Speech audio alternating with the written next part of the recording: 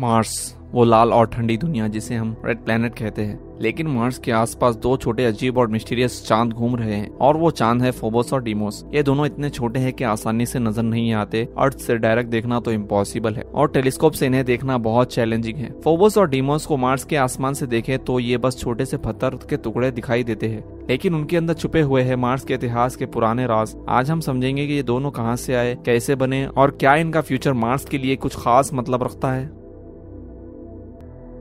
Phobos और Deimos को 1877 में फेमस अमेरिकन एस्ट्रोनॉमर एस्फेल हॉल ने पहली बार टेलीस्कोप के जरिए डिस्कवर किया। एस्फेल हॉल ने मार्स के पास दो छोटे ऑब्जेक्ट देखे। ये डिस्कवरी देखकर लोग हैरान हो गए और उस वक्त दुनिया में किसी को भी नहीं पता था कि मार्स के चांद भी है। फिर उन्हें नाम दिया गया फोबोस और डीमोस, जो ग्रीक माइथोलॉजी के दो भाई है जो कि वार ऑफ गॉड एरिस के बेटे हैं। फोबोस का मतलब होता है फियर और डीमोस का मतलब है टेरर। ये दोनों का नाम मार्स के नेचर को परफेक्टली रिप्रेजेंट करता है। फोबोस और डीमोस दोनों ही हमारे मून से कई गुना छोटे हैं। फोबोस का एवरेज डायमीटर लगभग 22.5 किलोमीटर के आसपास है, जबकि डीमोस का एवरेज डायमीटर 12.4 किलोमीटर के आसपास है। फोबोस और डीमोस इतने छोटे हैं कि आप एक किनारे से दूसरे किनारे तक कुछ ही घंटों में चलकर पहुंच सकते हैं। अगर फोबोस और डीमोस को हमारे अर्थ के मून से कंपेयर करें तो मून का डायमीटर लगभग 3474 किलोमीटर के आसपास है, जो कि बहुत ज्यादा है मार्स के मून से। फोबोस और डीमोस का शेप गोल नहीं है, ये बिल्कुल आलू की तरह है, जैसे कोई पत्थर को किसी ने तोड़ के स्पेस में फेंक दिया हो। फोबोस और डीमोस का सरफेस डार्क और ब्लैकिश ब्राउन है और सनलाइट रिफ्लेक्ट करने की कैपेसिटी बहुत कम है, इसीलिए ये एस्टेरॉयड जैसा दिखाई देता है। अब सवाल यह है कि ये आया कहां से। साइंटिस्ट के पास दो बड़े पॉसिबल थ्योरीज है। पहली थ्योरी है कैप्चर थ्योरी। इसके मुताबिक फोबोस और डीमोस पहले एस्टेरॉयड बेल्ट के छोटे पत्थर थे जो मार्स के पास से गुजरते हुए मार्स की ग्रेविटी में आ गए और मार्स की ऑर्बिट में लॉक हो गए। ये थ्योरी इसलिए स्ट्रॉन्ग लगती है क्योंकि फोबोस और डीमोस का सरफेस एस्टेरॉयड जैसा है।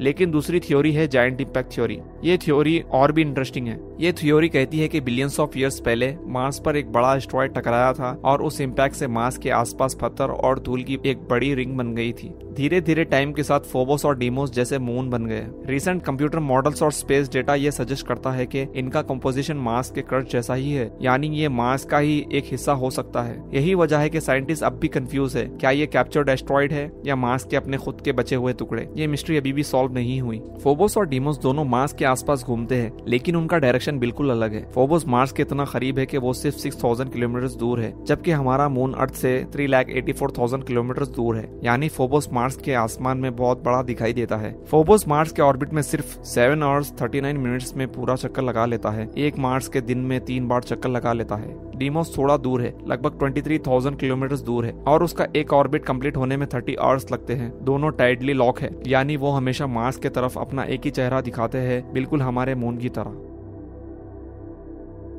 अब सबसे इंटरेस्टिंग और सैड बात यह है कि फोबोस धीरे धीरे मार्स के करीब आ रहा है। हर साल मार्स की तरफ 1.8 सेंटीमीटर पास होता जा रहा है। साइंटिस्ट कहते हैं कि आने वाले 3 करोड़ सालों में फोबोस या तो मार्स को टकरा जाएगा या फिर टूटकर एक रिंग सिस्टम बना लेगा, बिल्कुल सैटर्न के रिंग्स की तरह। मार्स के आसपास एक रिंग सिस्टम कितना खूबसूरत और खतरनाक मंजर होगा। वही डीमोस थोड़ा दूर जा रहा है और स्टेबल ऑर्बिट में है, लेकिन शायद फ्यूचर में वो मार्स की ग्रेविटी से हट जाएगा। फोबोस और डीमोस दोनों पर ग्रेविटी इतनी कम है कि अगर आप थोड़ा सा जंप करें तो आप स्पेस में चले जाएंगे। फोबोस पर ग्रेविटी अर्थ के मुकाबले 1000 टाइम्स कम है। अगर आपका वेट अर्थ पर 60 किलो है तो फोबोस पर सिर्फ 60 ग्राम के बराबर होगा। आप लिटरली एक छोटी सी पुश करने से ऑर्बिट में चले जाएंगे। लेकिन ये एक्सप्लोरेशन के लिए परफेक्ट ग्राउंड है, क्योंकि यहाँ से मार्स को देखना, उसके एटमॉस्फेयर को स्टडी करना और रेडिएशन लेवल मेजर करना बहुत आसान है। साइंटिस्ट के लिए फोबोस और डीमोस एक टाइम कैप्सूल जैसे है। इनके सरफेस पर मार्स का एटमॉस्फेयर का डस्ट गिरता रहता है, जो मिलियंस ऑफ ईयर से जमा हुआ है। अगर हम इसका सॉइल स्टडी करें तो हमें मार्स के पुराने क्लाइमेट और वॉल्केनिक हिस्ट्री के क्लूज मिल सकते हैं। ये मून्स मार्स के मैग्नेटोस्फीयर और सोलर विंड इंटरेक्शन को समझने के लिए भी बहुत इंपॉर्टेंट है। जापान की JAXA एजेंसी ने एक जबरदस्त मिशन प्लान किया है, मार्शियन मून्स एक्सप्लोरेशन। ये स्पेसक्राफ्ट फोबोस के ऑर्बिट में घूमकर उसके सरफेस का सैंपल लेकर अर्थ पर वापस लाएंगे। अगर सब कुछ सही रहा तो ये पहला मिशन होगा जो मार्स के मून का मटेरियल लाएगा।